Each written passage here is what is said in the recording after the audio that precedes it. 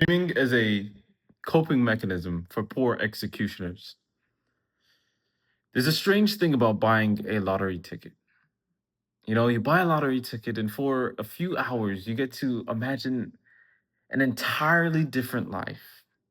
You get to imagine the house, the car, the freedom, the people you'll become. And for that moment, you don't actually change anything about your life. Nothing changes. It's absolutely the same.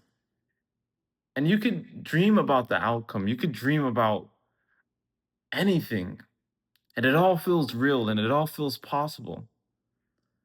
But I find that we do the same thing with our ambitions. We dream about it. We create these massive visions of who we are going to become.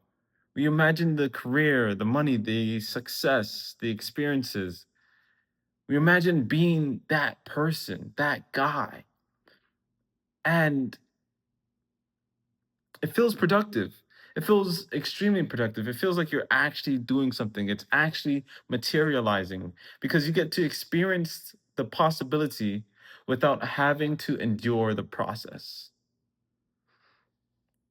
So I started wondering, what if some of us aren't dreaming because we believe in our future? What if we are dreaming because our current reality is just so uncomfortable?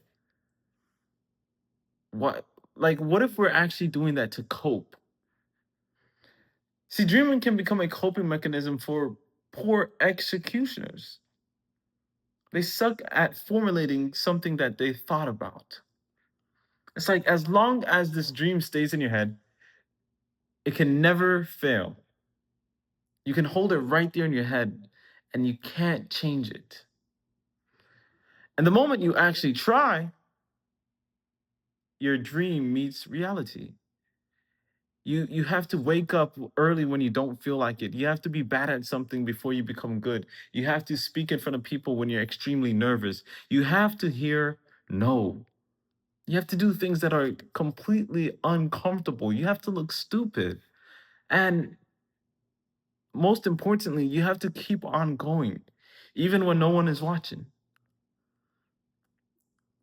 And so what happens is that for majority of people, the dream doesn't become, or it's no longer beautiful anymore. You don't want to do it because now it actually requires something from you. It's not just fantasy. And a lot of people don't actually want the life they dream about. They want the feeling of believing they could have it. And there's quite a difference. A dream is supposed to give you direction. It's supposed to say, all right, this is what you're going to do, execute it.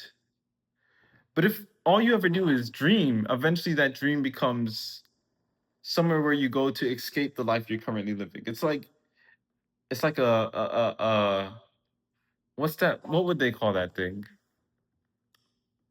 Your happy place.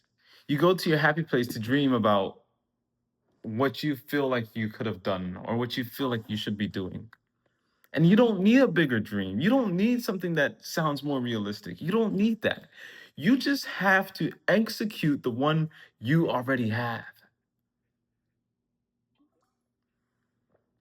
Because eventually you have to stop imagining the person you're going to become and actually become that person.